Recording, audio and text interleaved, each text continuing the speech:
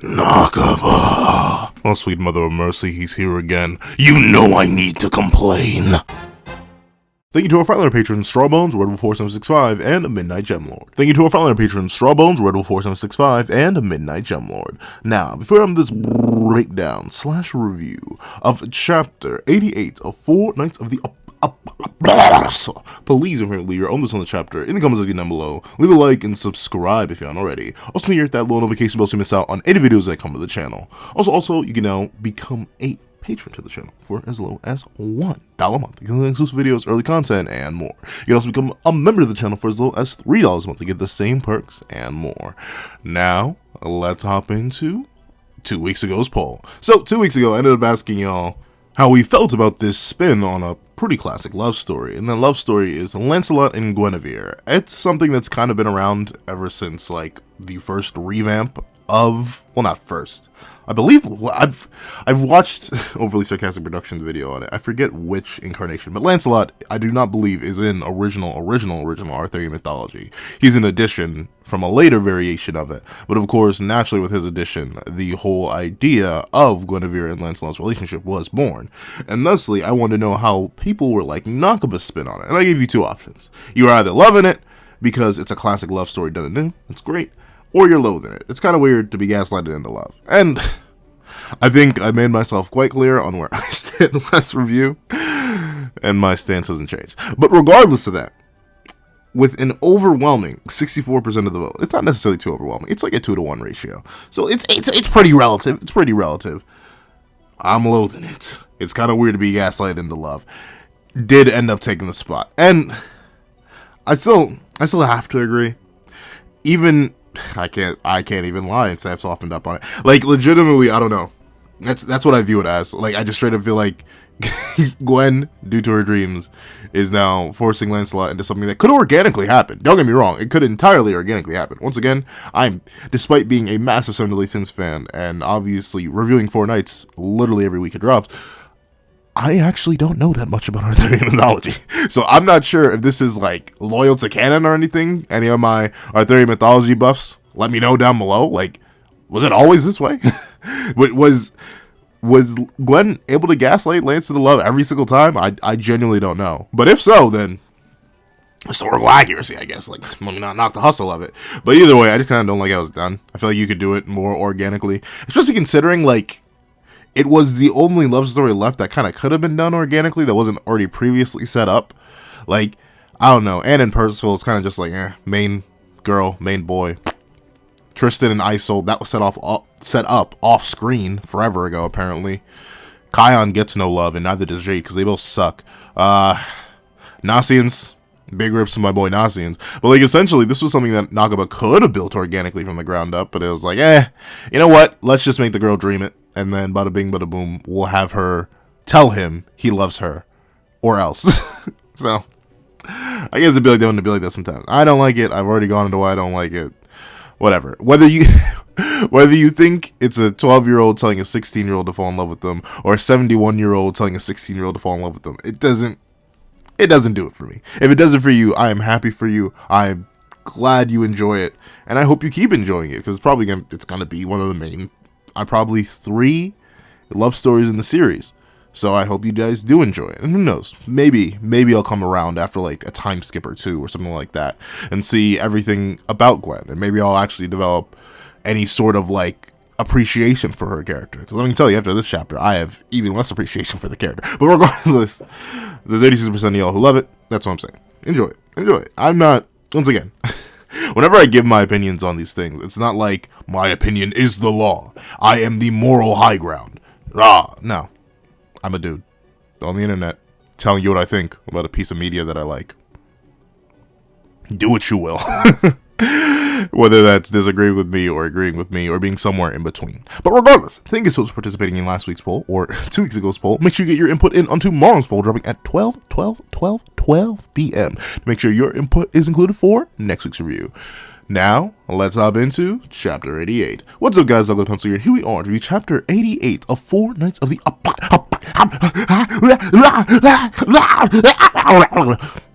which is known as Departure. Kind of a misleading Actually, Ironically enough, it does work. Just not for the ways I'd like it to work. But, hi. What's up, guys? That guy with the pencil here. Redux. Do you actually pronounce the X in Redux? Or is that redo? I'm not sure. Because we have redo as an actual word. But is redo French? I don't know. But regardless, we have this opening page. And so, as has been pointed out by many of y'all, one of my things that I've been repeating in these reviews is like, where's the drip? Where's the sauce? Where's the swagger? I need it. I need it. Like, we've been waiting for so long. It's been hyped up for chapters now. Like, I need some new, fresh, juicy drip to drown me. All right? I need a new ocean. Because we've been lacking an ocean for a while. The gang's been stuck out of luck. And unlike previous series, actually, I mean, kind of, sort of. Like, the previous series didn't necessarily do too much with, like, battle damage in terms of constantly changing clothes. But we had, like, I'd say, like, 3 different outfits for all of our main characters so far. And we're only 80 chapters deep. Like, we didn't get a new outfit for Meliodas until, like, 100 chapters deep. And even then, it didn't last too long. So, with that being the case, I was definitely eager for some drip. So, let's start... No, I was about to say, let's start positive. But I think I gotta start negative. Yo...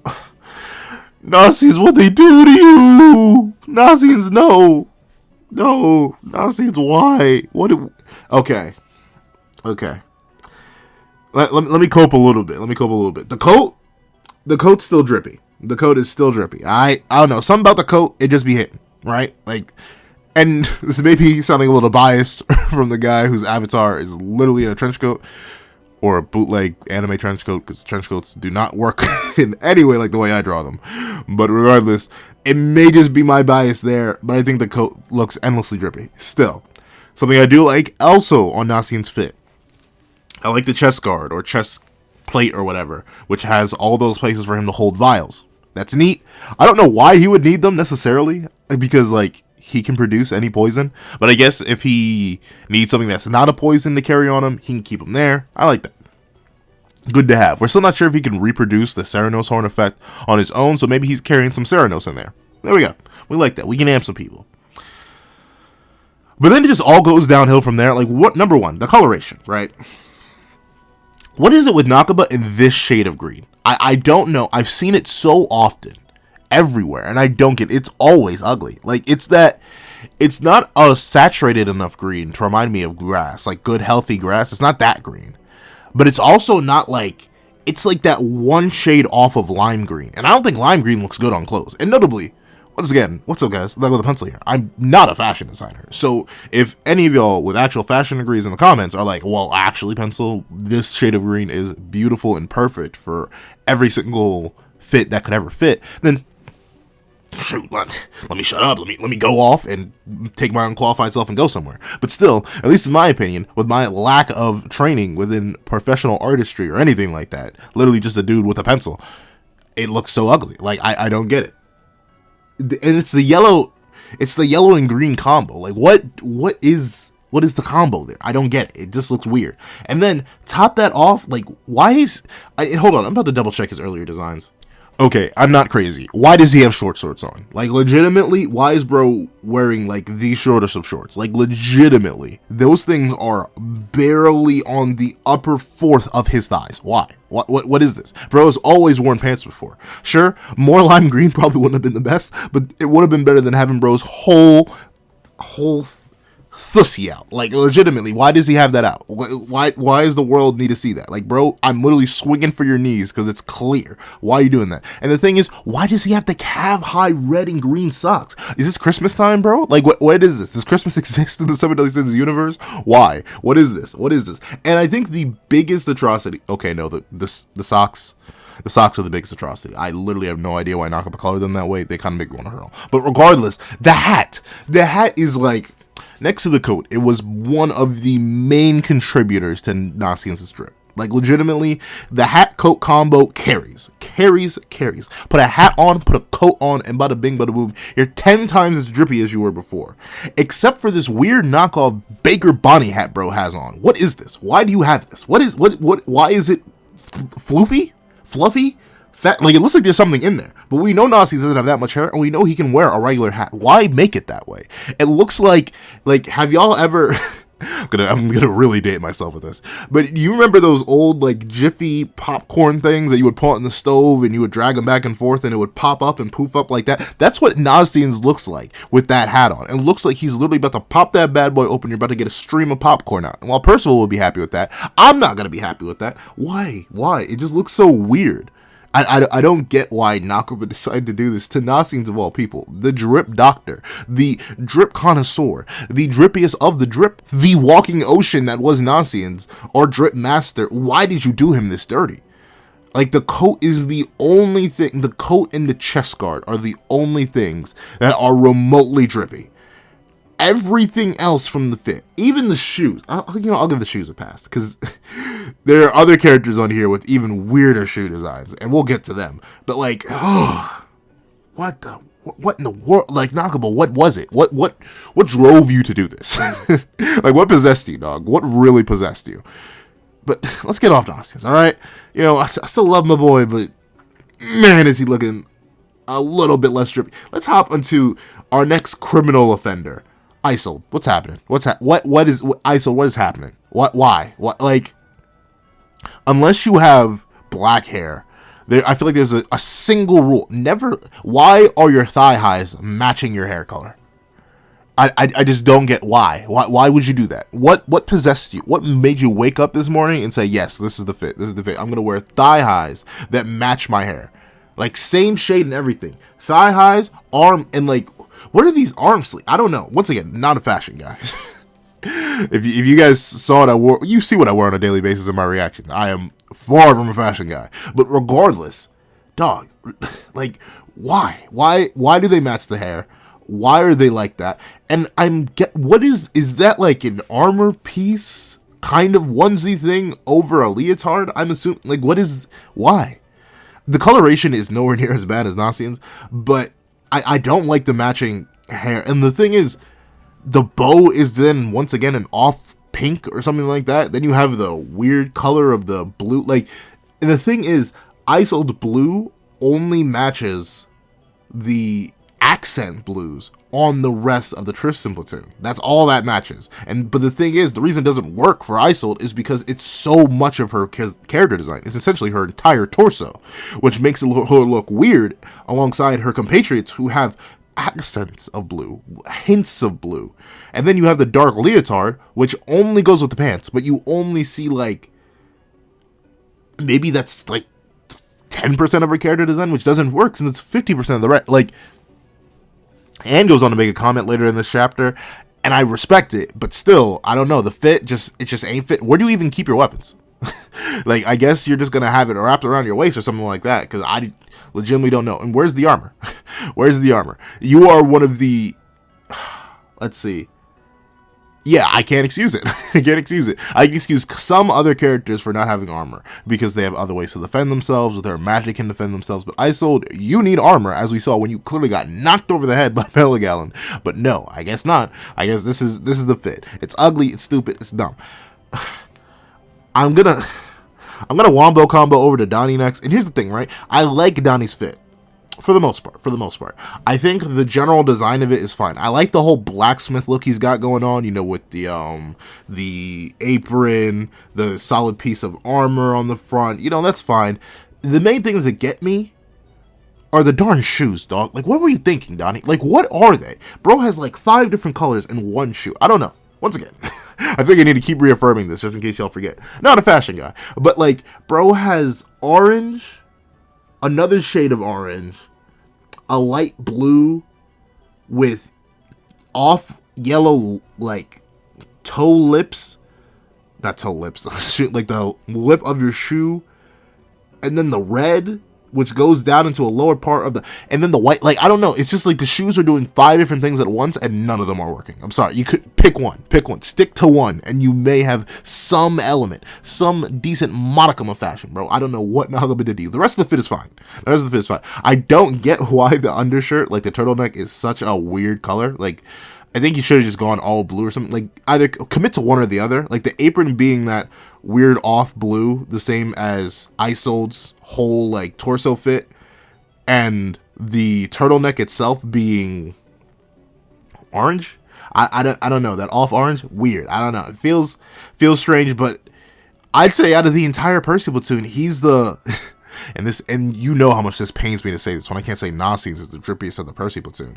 But yeah, Donny gets the number 1 spot. Mainly because, Anne, what are you doing? What are you doing? What are you doing? What are you doing, Anne? What is this? Like, I genuinely don't know. It looks, I get what the callback is to. The callback is to Diane. Like, I don't think it can get any more blatant than this just being an off-brand version of Diane's outfit.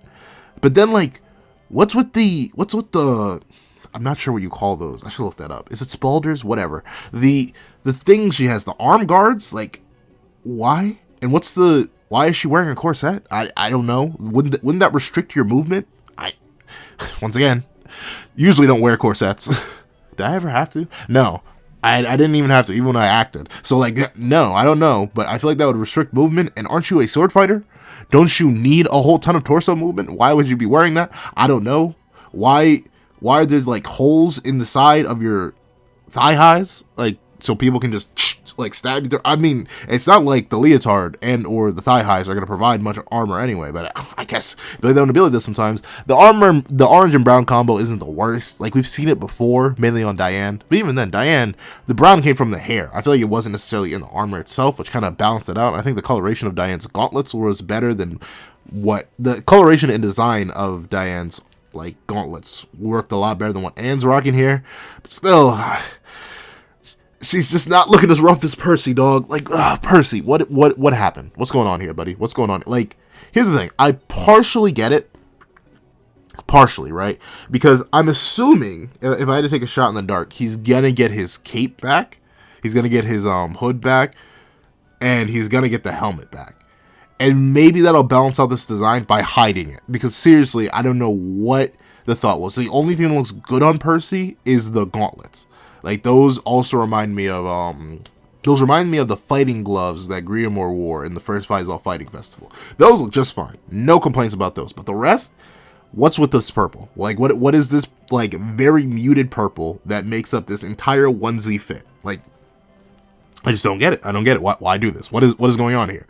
Top this off with the fact that he has a pink bow on a silver chest plate that straps up on both sides. Like, did you look in the mirror, Percival? I mean, you definitely have no fashion sense. Like, once again, me and Percival in the same boat. We grew up on a rock, so we have no fashion sense. But still, Percival, what is this? However, I can excuse the lack of armor because he has hope, and he usually coats himself in it. So he has some layer of defense, but I don't get it. Like, Percy's fit seems much more of, like, a brawler type, like someone who would go in and throw hands with you, because it has pretty much no restriction outside of maybe, like, the chest plate. But even then, Percy's not that either. Like, I guess it works because he can sword fight with this pretty well, because once again, there's very little restriction. But still, overall, the fit just looks, it looks atrocious. It's mainly the coloration, but also, man, what with those, like, Mickey Mouse clown.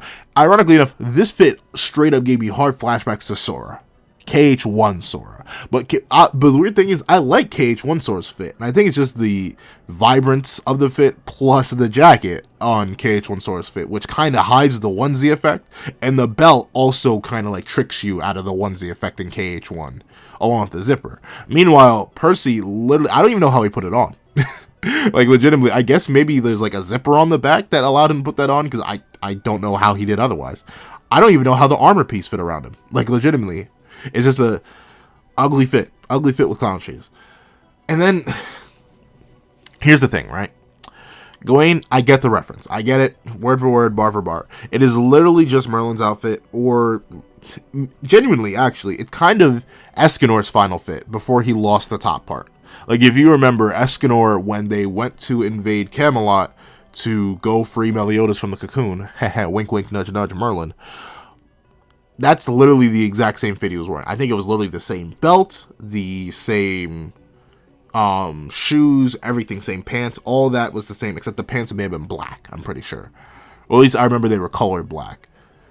So, that's it. And obviously, with the heart motif on the main top part, I don't think Escanor had hearts on his top part, so that's more a reference to Merlin. Obviously, it's literally acting the same as Merlin's too, and what it covers. Yeah, I get it.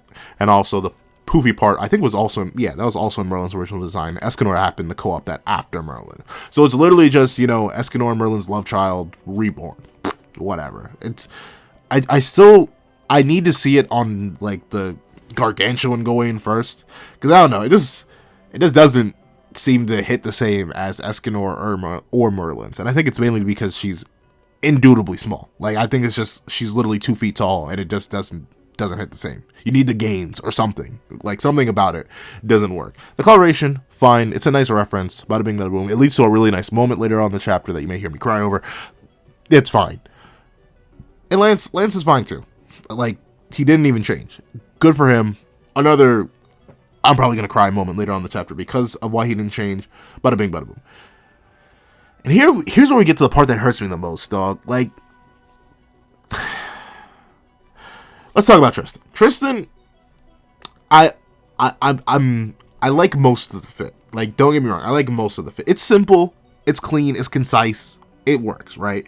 You got the belt. The belt buckle is outrageously large. That looks like an oversized horseshoe, if you ask me. But, you know, be like that sometimes. You get the belt buckle on, you get the belt buckle rocking.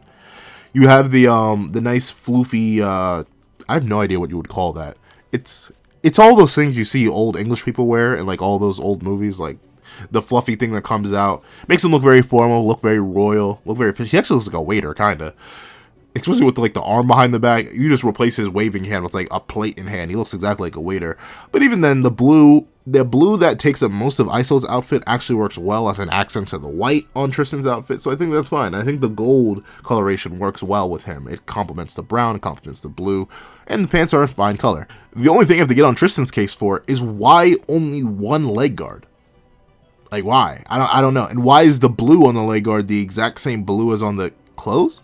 I legitimately don't know. It seems strange. Like, at least if you ask me, like, maybe it's to play into his duality of, like, one half is half and half, you know, I guess, maybe. But I don't know, it kind of just ruins the fit. Because, like, it's such a large part of him, too. Because he has very high-waisted jeans on right now. So, a lot of his upper body kind of can't do any of the work. So, it's mainly the jeans, the lower half, that you're drawn to. And the thing is, it's not symmetrical. So, it kind of throws me off. Like, every other person has a symmetrical lower half. Like, literally every other person. Whether it looks good or not is up for debate. But the asymmetricality of the lower half kind of throws me off here. I don't know why NAKABA would do that. Did he just forget to draw the other one? I just straight up don't know. It seems a little bit strange if you ask me, but it'd be like that when it'd be like that sometimes. And I think the gold looks well enough. The blue, I think you could have gone for a different color there, but I guess you're just trying to keep the uniform appearance. Whatever. Kion's working mainly because he's matching. Like, even if he doesn't have any leg guards, he has the arm guards. I think those work. I like the design on them. I think it's because he's further in the background, and I think the silver and the off blue work better than the gold in the off blue. So I think it works for Kion. And seeing he has purple hair, interesting. It is possible. Don't get me wrong. It is 100% possible because his mom had a lightest purple hair and Gil had pink, and I think that shade of purple is somewhere in the family. Either Veronica has it, so it may have been an inherited trait from his grandmother. So the allegations I had that Gilthunder may have not been the father are pretty much dead. That's not like, I don't think NAKABA is ever going to go with a plotline like that. So overall, I think Kion looks pretty drippy, but dog, I don't think y'all realize how much this fundamentally hurts me to say. Like, this legit, from the bottom of my heart, makes me want to go over to NAKABA and just ask him why. Dog, how, out of all the redesigns, out of all the characters that you had to make look trippy, why is Jade I Do Nothing at all, he doesn't have a last name, the best designed character overall? It's the most simple. Don't get me wrong. It is the most simple. But I think this is where simplicity works. It has the same design on the shirt as Kion and Tristan, but it doesn't have the extra floof that Tristan has, so it keeps a nice uniform design. The pattern looks great. Like I said, the white and the blue, the off blue, complement each other very, very well. The jeans work out just fine. There's no weird leg guard on one and no leg guard on the other. And once again, like with Kion, the silver and off blue works better than the gold in the off blue. So it just ends up coming out to be a really solid fit overall. So it pains me to say this, but realistically, Jade got the best design upgrade, which is awful, and I hate that, especially compared to characters like the Drip Doctor.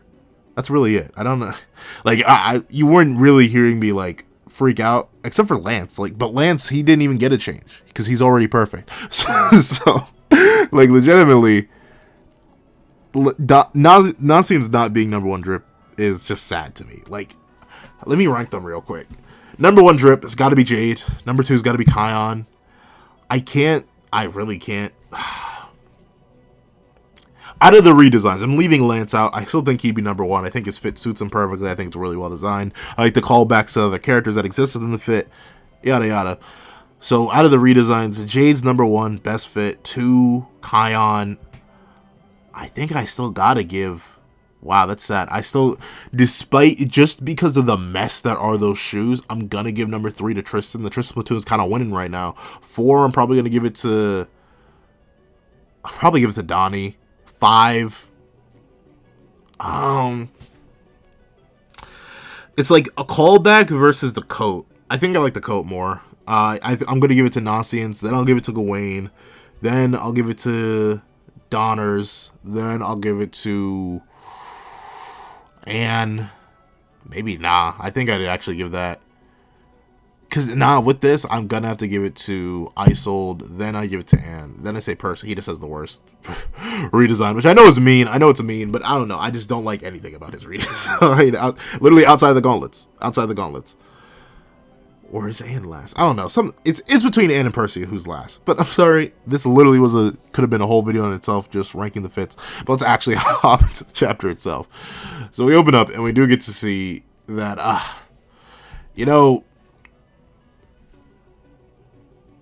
one of my biggest things last chapter.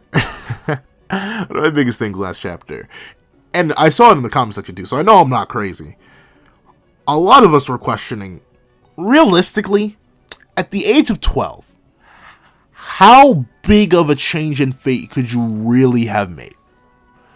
Like, I don't know. I'm trying to think back in my own timeline. Like, by age 12, if I knew the future that was going to go down, what major changes could I have made that would have had a massive butterfly ripple effect that would have, like, drastically altered the timeline?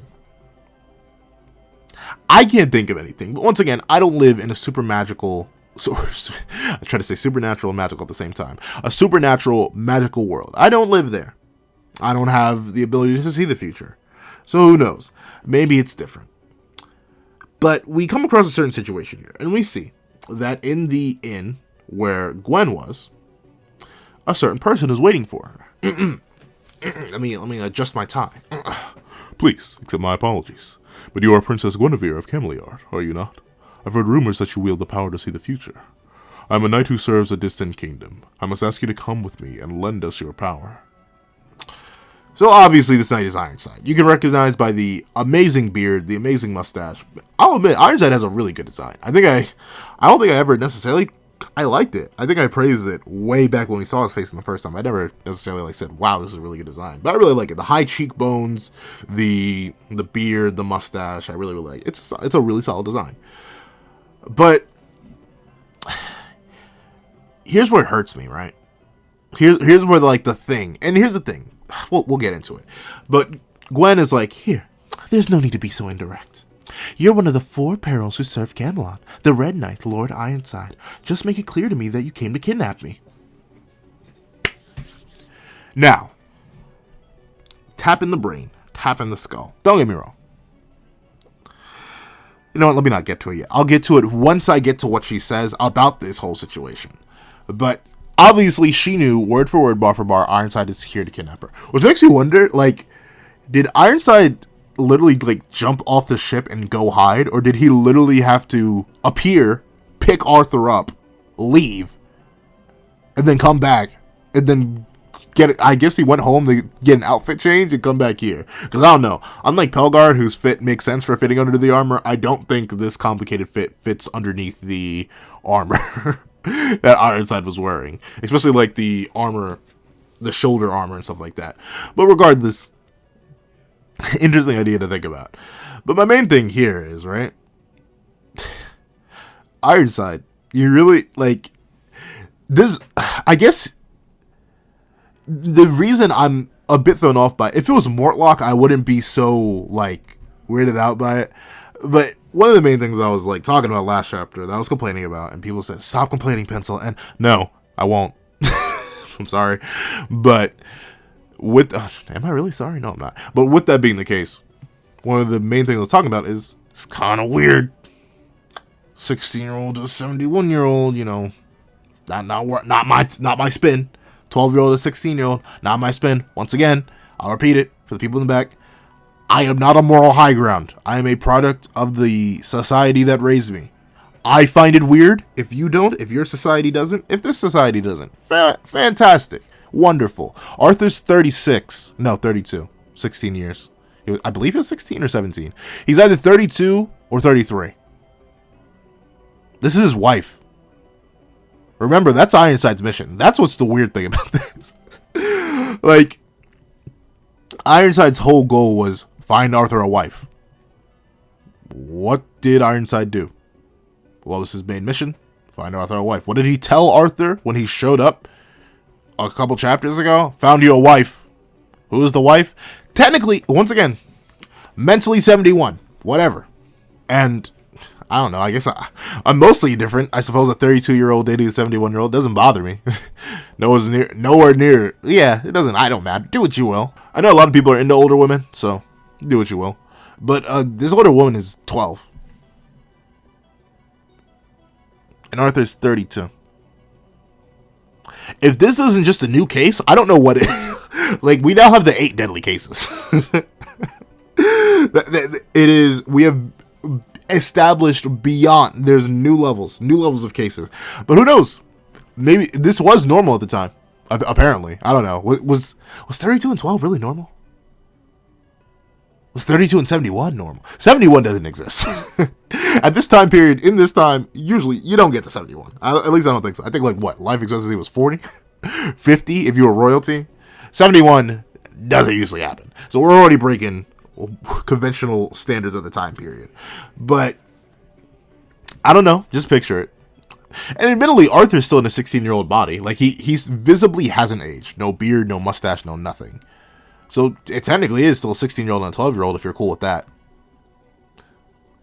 And it's technically also a 16-year-old and a 71-year-old. I don't know. Regardless, the situation is just weird. It's another case, but people do what you will with that. I don't know. I just find it weird. Like, I wonder what Arthur's reaction is going to be. Like, Ironside's going to bring Gwen back, and he's going to be like, Ironside, I asked for a wife. You brought me a stepdaughter.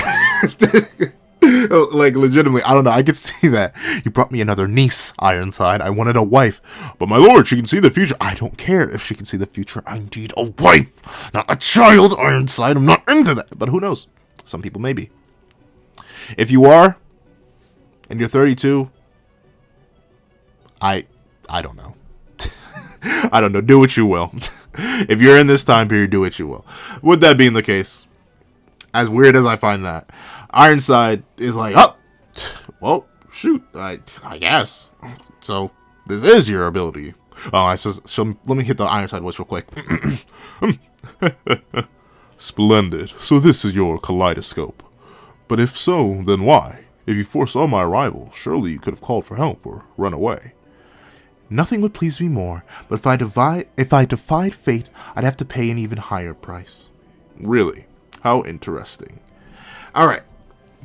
So here's the line that's supposed to excuse all of Gwen's actions. And for some, I know it will be enough. For me, it's not. For me, it's not. I don't know. I need verbatim proof. I need verbatim proof that Gwen has tested this.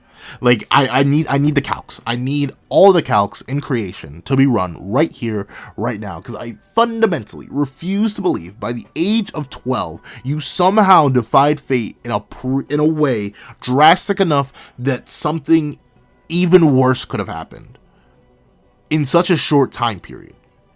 Let's be real. What did you really, even in this world of magic and mayhem, what could you have really accomplished that defied fate, that would have led you to believe that somehow going to Camelot and working against the person that you apparently have interest in, instead of simply going with them when they are literally,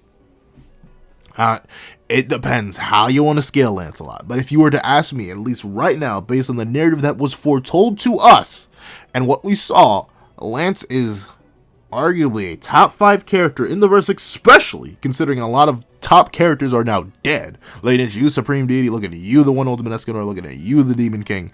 They're all dead, and who knows about Cath, but Cath is also not here anymore. Lance was able to box with Arthur. I think he was the best defense you could have had. I need to see this alternate higher price future that Gwen somehow encountered by somehow knowing that going away with Ironside would be a better thing than just sticking with Lance. I need to see it. Like, or I need to see it, or I need to see that Gwen defied fate in some major way in a previous time, somehow in her whole 12 years of living. Am I downplaying a 12-year-old's life experience? No. Yes I am. But no. Who knows? Maybe she got her mom offed or something, or her dad offed or something. But then again, her dad's alive. He's the one who sent her away. So maybe she did something like that, and one of her parents or one of the people she loved died. And maybe that's a major change of fate or something like that. But I need to see that. Because the drastic, like, the story literally splits here. Like, the timeline, gone. 2 different directions. There's a timeline where Gwen told Lance, hey, Ironside's literally right outside. He's going to kidnap me, and I'm going to become a snitch. For all of Leonis, I'm going to ruin your life. And or she told him that and went with him, or this timeline. And at least in my opinion, this timeline's much worse. And considering the fact that she's already changing the timeline in pretty major ways, at least if you ask me, something tells me that the things that were already meant to happen can't happen because of changes like this. Like, obviously, if Ironside had a pre-recorded spiel in her original dream where he came to kidnap her, the situation's already drastically changed. I don't know if you know about the butterfly effect, Gwen, but even slight changes to a timeline are massive, at least if you have a good writer. And NAKABA 50-50. So, Gwen, you're already doing massive changes by being so amicable. So, what's the dealie? I don't know.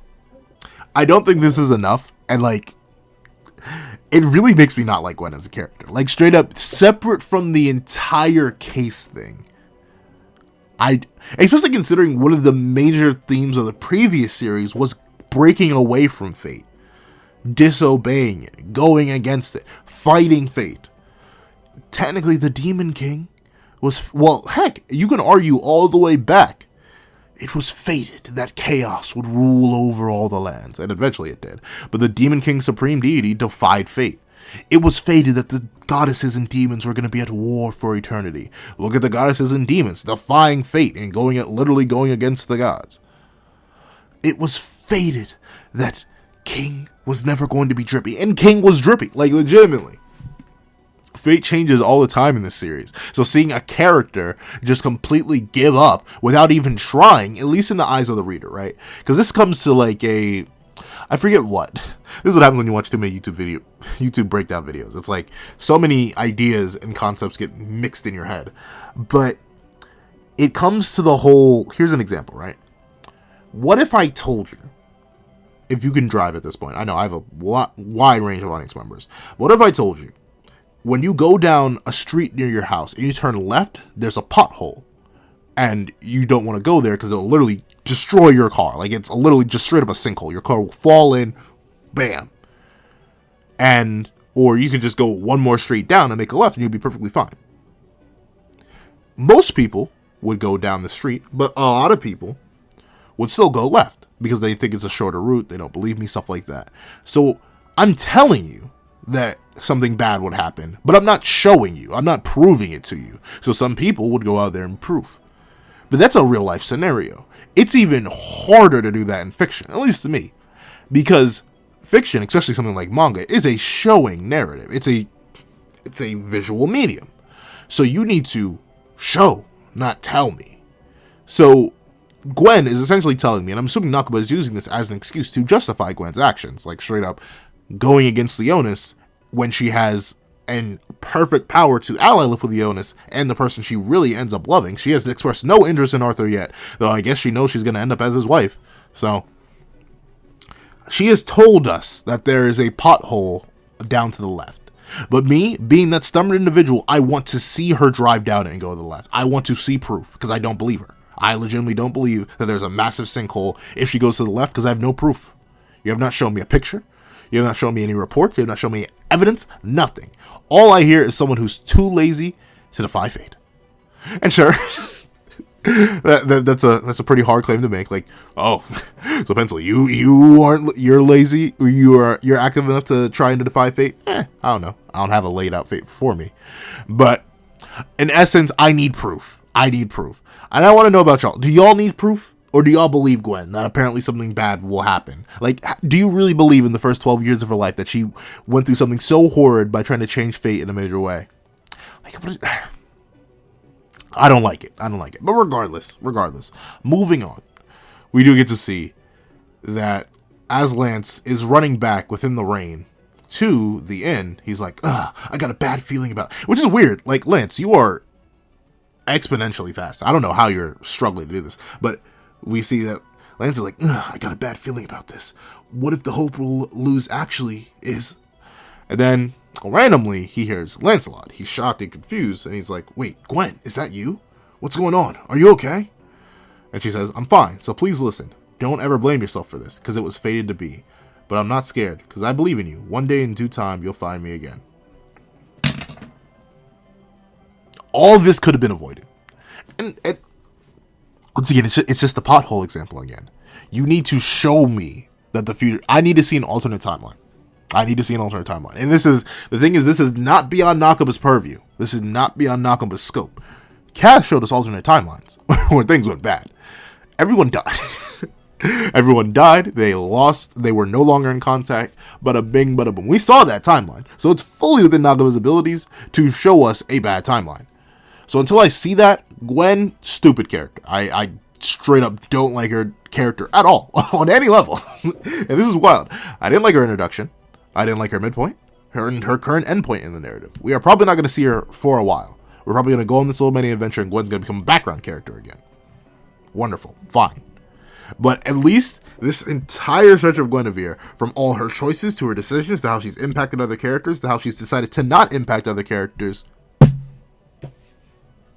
I hate it. I just don't like it. It's not a fan of any of it. And I feel like I'm going to be an outlier on this. I feel like a lot of people are going to love Gwen's character. I don't know why. I can feel it in the back of my mind, like something telling me this is one of my moments. This is like, that's a spoiler for another video. But if you've been around for a while, you know I have many opinions that are contrary to popular belief, and I feel like this one's gonna be one of them. So I'm very interested to see the comment section on this one. But regardless, Lance arrives back at the inn, and Gwen is gone because Ironside took them back to Camelot. Arthur now has a 12-year-old wife. Yeah, or Arthur now has a 71-year-old wife. Yeah, do what you will.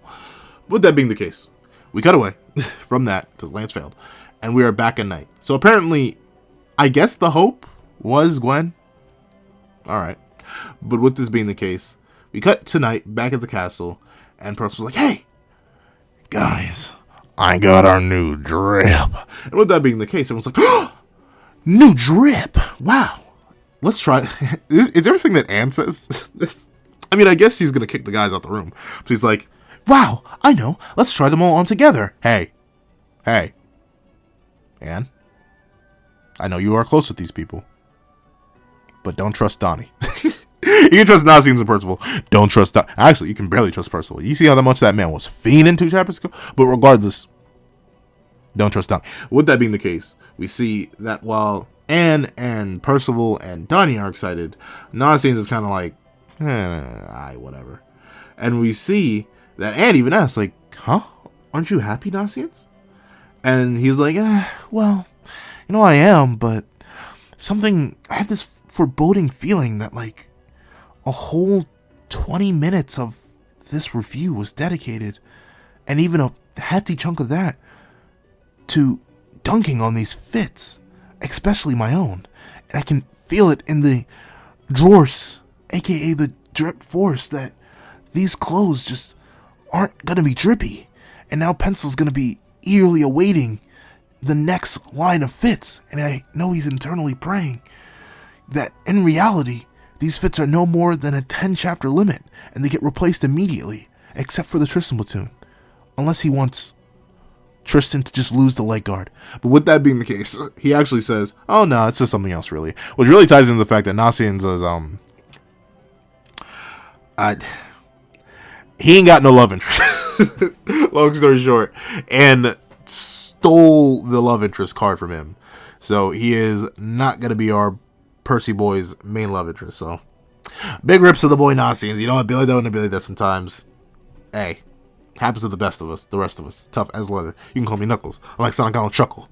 I'd rather flex some muscles. I'm hard as nails. It ain't hard to tell. I'm sorry. But with that being the case, we see that Percival, once again, he grew up on a mountain.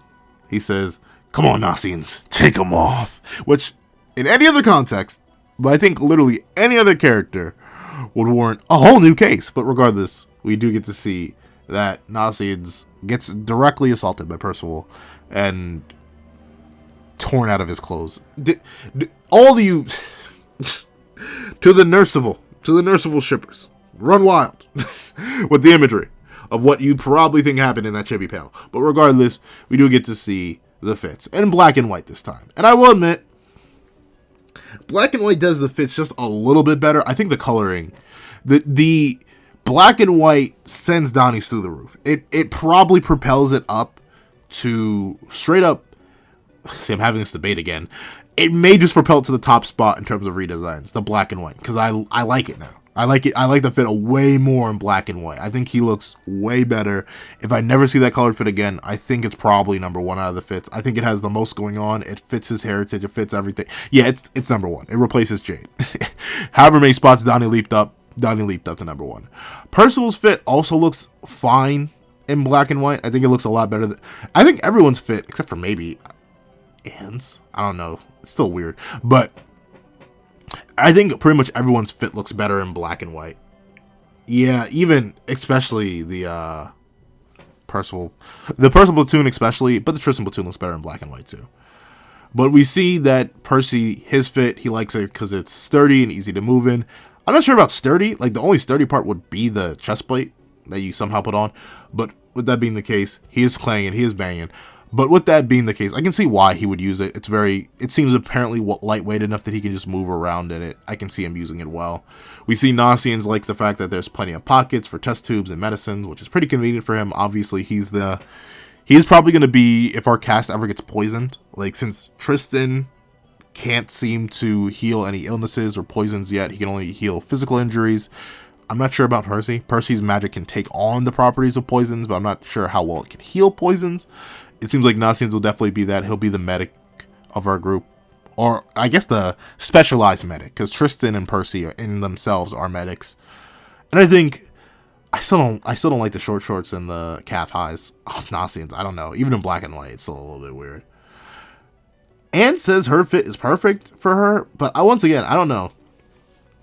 I guess the wrists are open enough so you can angle your wrist in swordplay. They aren't like fitted to her wrist, which may like limit her movement. So I guess it's fine on that front. And I suppose lightweight is better. She wasn't necessarily, the defense mainly came from her sword in the first place. So I guess overall it's better to have less to move quicker and block more with the sword rather than having any armor to block with like hand or anything like that. Because it's not like she had any hand armor before. It's pretty consistent to her designs. I take any rant I had from the beginning, kind of take it back. And then Donny obviously looks trippy. He is the coolest one here. I will give him that. He is flat out word for word, bar for bar, the coolest one here, which hurts when nasiens is right there. Though we see that every single one of them is branded with the brooch, or yeah, the brooch of Percival's cloak, which makes me think that he is going to get his cloak back. This is not the final fit for Percival. He's going to have the helmet and the cloak, which I think will enhance the fit a lot more. And we see that nasiens takes it as proof of eternal friendship, but in reality, no, you're just conscripted to war. against the gods. Or singular. War against a deity. There's only one. Unless Arthur's hiding something from us, there's literally only one. We're no longer fighting against the supreme deity and the demon king. Unless, but that's another video for another time. We see that Percy's like, we all match. And Donny's actually a little bit embarrassed, but I don't know why, bro. Like, your fit looks fine. Sure, you do get the largest of the brands, though. Like, Percy's isn't that big. Nasiens isn't that big. And while it takes up a part of her torso, it isn't that big. Meanwhile, like, all of Donny's, ironically enough, it's mainly a stomach guard. It's not much of a chest guard, is the design. Then we get to see that the gang is called for, and we see the Tristan platoon in black and white. And I will admit, once again, the black and white does them better, which is so weird. Like, I'd say in most manga, generally, the color fits look better. I think that's why a lot of people like the anime more, because of the color. But I don't know, NAKABA, he is not only just inconsistent with the color, but man, does he make some weird choices. Like, I'm a little bit scared to see some of these fits in the anime. But with this being the case, we see that Tristan's like, oh, wow, so you've managed to change. That's impressive. I thought you all were too stupid to do that. I'm sorry, that's something Kion would say. But with this, I do like the fit more in black and white. The leg guard, the solo leg guard just doesn't do it for me. But the design works better because in black and white, it looks like it's the leg guard itself, at least, is fitting the dark and light motif more. Like, the darkness and the light combo is all that Tristan is, so it makes sense. Isolde, I don't know, the fur thigh highs with the leotard and the kind of, like, it looks like an oversized shirt she's wearing that she didn't button all the way. And I don't know, I think Isolde's fit kind of, it falls even more in black and white, ironically enough. And then we get to see Kion. Kion looks good. I don't know. It's weird that Kion has the arm guards, or maybe it has something to do with his spells or something like that. Interesting. Once again, Kion with the consistent flow of haterade. Like, bro, I don't know. I've been a hater to some things before, but I cannot imagine such an unbelievably consistent flow of haterade from one man. But Kion has proved that you can hate as long as you have hate in your heart. Because he's like, oh, you guys really surprised me. Y'all looked like a gang of street performers before. And admittedly, they look more like a gang of street performers now. At least if you ask me. With that being the case, we see Kion finally gets talked to by one of his own members. He's like, and it's Jade of all people. So Jade, with the fit, not only having the second best fit now, with Donny's fit being number one in black and white. It's interesting how Jade has the light motif though, like entirely, like his light blue. Maybe NAKABA just forgot to color it. Let me see later on in the chapter. Oh, we don't see Jade again. So maybe it was just a coloring mistake where NAKABA forgot to color in the black on Jade's fit. And in fact, I think Kion scoots above Jade, because I think I would have liked the black on Jade's fit more than just the all white. I think it actually would have matched his hair too in the black and white. But hey, regardless, still a solid fit. However, we do get to see that Percy's just all excited that, oh, the Tristan platoon, you have new clothes too. And we see that something that's getting pointed out about the Tristan platoon is that they have a form of unity. Like, they're all wearing essentially uniforms. And this is true. This is very true. You can see it with guys especially. And we see that apparently, well, they feel like a team. The Percival platoon does not feel like a team. And critiques them by saying they have no personality outside of Isolde. And there's like having personality, and there's looking ugly, and that's Isolde. But with that being the case, we do get to see that Percival asks, oh wait, did Lancelot and Gawain change clothes too? And Tristan laughs. He's like, well, I think Lancelot won't really change into anything. He was the only one who was unharmed in yesterday's battle, because he's the GOAT. And honestly, no matter what he says, those clothes were handmade by the Fairy King. They're his favorites. And, you know, something to this day, I will vehemently disagree with NAKABA on is, I mean, he's technically right? You don't need to read Seven Deadly Sins. You don't. You just word for word, bar for bar, don't. It doesn't necessarily matter.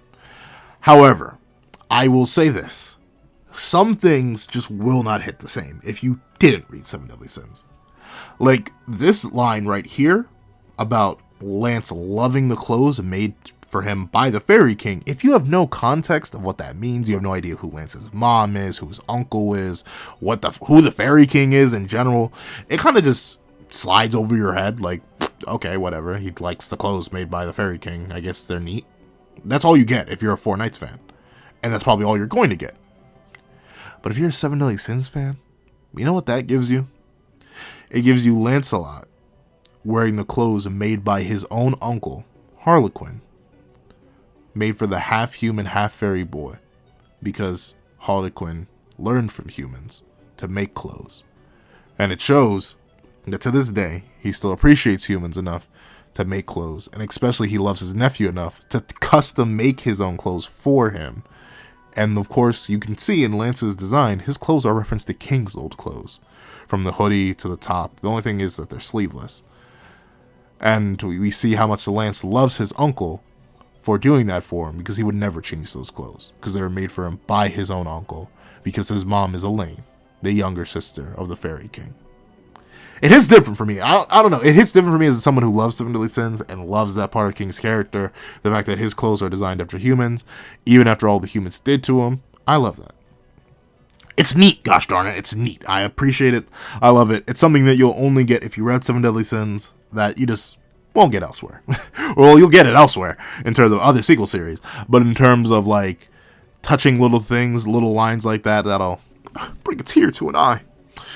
You'll only get that if you read Seven Deadly Sins original. And you won't get it anywhere else.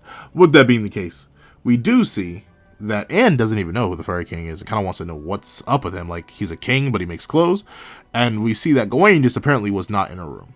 And then we cut to the top of the castle. We see a tiny little figure. And when we turn the page, we see that tiny little figure. There's Meliodas down on a drink. You know, it's been a long day. Gotta do what you gotta do. And appearing out of nowhere is Gawain. And notably, she's using magic in her tiny form. She's teleporting. And we know teleporting is a pretty high, well, we don't know word for word, bar for bar, but it's a pretty, actually I think we do, because Vivian didn't teleport too often, but teleporting is a pretty high octane magic, and Gawain's doing it at night with no access to her buff form or sunshine itself. So she already has a pretty high magic reservoir to be able to do this so casually. And we see that she notices Meliodas is up there, and she's like, well, aren't you doing well having a night watching drink, are we? And Meliodas, not surprised by her presence, hops on up, and she says, even though tomorrow you'll be sending your own son on a life-threatening journey to determine the fate of the world, I can't help but pity Prince Tristan. And we see that Meliodas does not care. Like, Gawain is trying to dig at him, get in his head, but Meliodas, when you live for as long as he has, over 4,000 years, he's like, so you came, Gawain. I was hoping to get to speak with. And we see Gawain's foot full in black and white. And once again, it is just straight up a combination of Merlin and Escanor's outfits, which is, it's a nice callback if you get that. But once again, you don't get it if you didn't read Seven Deadly Sins. I mean, you may get it because you saw, I think we've seen Merlin's old design, but you didn't see Escanor's old design, or at least his final design when he was invading Camelot. You didn't see it, so you don't necessarily get it if you didn't read Seven Deadly Sins. But we're not the only one who gets, I say we, but we're not the only one who gets flashbacks as you look at this Merlin, Escanor love child. Meliodas also gets it. Like, and once again, it is a silent, wordless panel that means nothing to anyone who hasn't read Seven Deadly Sins. It just means absolutely nothing. Like, legitimately, word for word, bar for bar, it means nothing.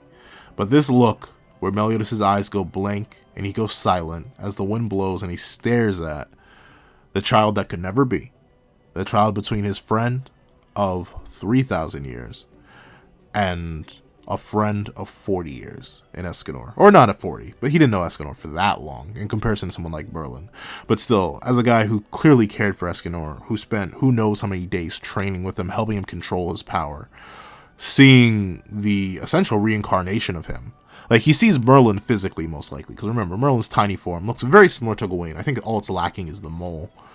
And two, he's also probably feeling Escanor.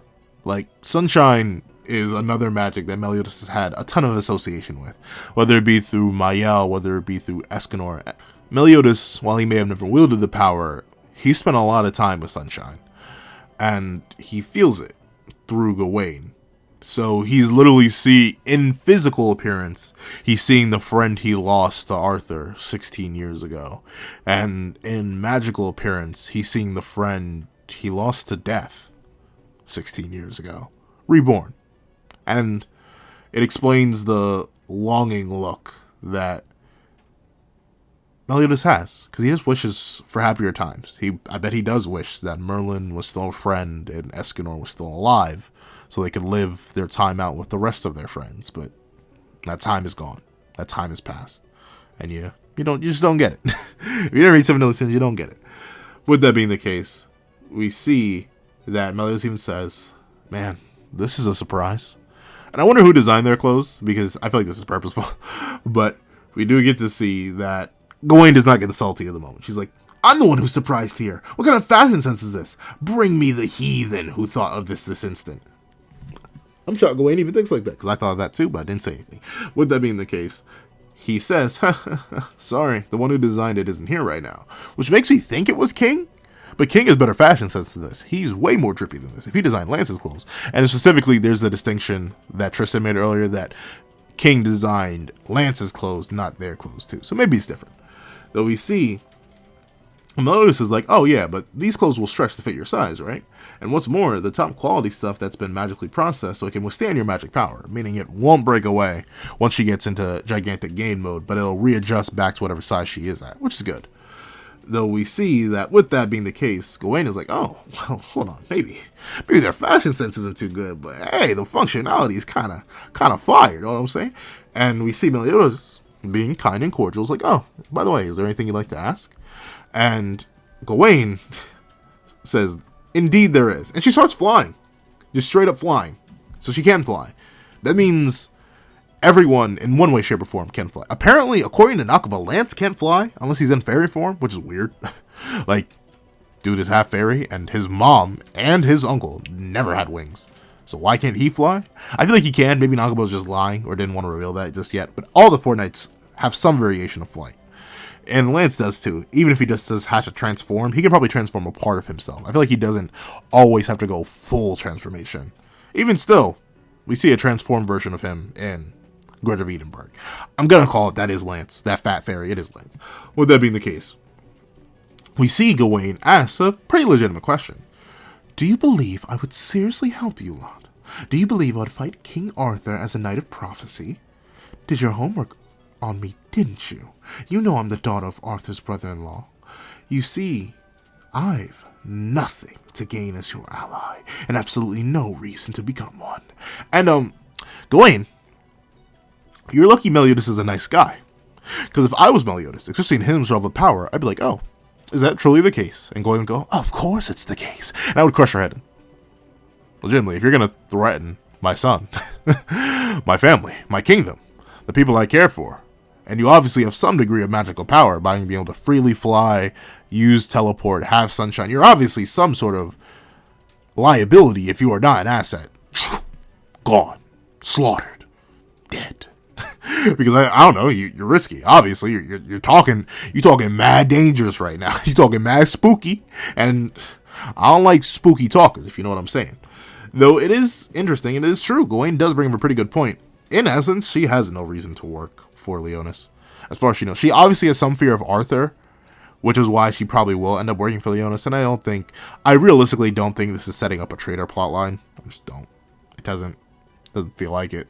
At least for my heart of hearts, it does not feel like this is setting up like, Gawain's gonna be an evil plot twist traitor. There may be a fake out that she does that in order to like save the knights or something like that, but I don't think Gawain will ever genuinely betray. I don't know, it just seems out of her character range. But with that being the case, I can definitely see NAKABA teasing this idea just because it makes sense. It's a logical thing. Though he's hinted at too much with Gawain's fear of Arthur that I think she would ever actually work for him. Just because of the fear. She seems very more accustomed to like her grandmother and grandfather in comparison to Arthur himself, or even her father for that matter. With that being the case, we see Meliodas just straight up counters like, "Oh yeah? But you're here. Do you have something on your mind? Is there something you really want to tell me? What's going on?" And we see that Gawain goes, touche. Very well. For now, I'll act as your knight of prophecy, but I will make no guarantee, understood? I may even betray you. And Meliodas is like, well, well, well, I ought to slaughter you right now. But we see that he once again has no fear. And admittedly, with Lance on the team, yeah, I wouldn't fear anything either. Lance is guaranteed loyal, except maybe not. At least from what Gawain was implying last chapter, or Gwen was implying last chapter. But I think, at least right now, Gawain is not enough of a threat that someone like Tristan couldn't handle her if she tried to go crazy. And we see Gawain lands, and she's like, all right. Oh, well, no, this isn't Gawain, but Meliodas is like, that's enough talking. How about we eat together?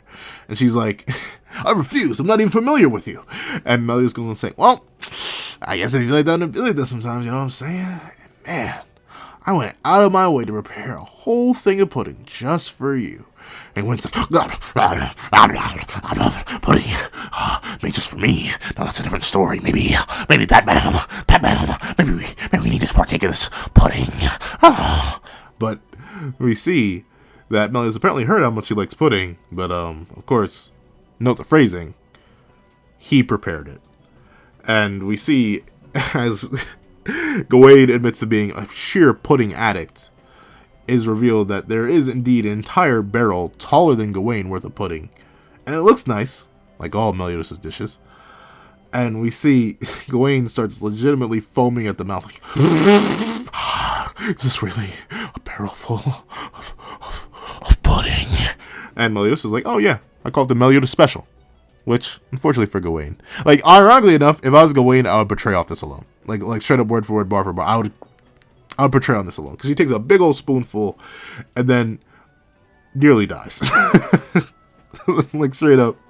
The next day, they literally had to delay the whole journey because Gawain came down with unexplained fever, inflammation, vomiting, diarrhea, abdominal pain, visual and auditory hallucinations. She started seeing Escanor and Mael guiding her to the light because the pudding was that bad. So, the end. Overall, like the main thing I don't like about this chapter, putting my bias against the Fits aside, it's just Guinevere. I don't know. I don't like the way NAKABA's a good character. I don't like the way she's being written. I don't like none of that. I think it's all too weird, and it's either too weird or too bad writing. Not bad writing. It's not necessarily bad writing, but obscure writing for that character. However, overall, it's still a pretty solid chapter. However, that's what I think. Please let me know what you guys think in the comment section down below. Thank you so much for watching. Remember to like, share, comment, and subscribe. You can hit the notification bell so you miss out on any videos that come to the channel. Thank you so much for watching once again, and I hope you guys have a wonderful day. This is NAKABA the Pencil, writing off.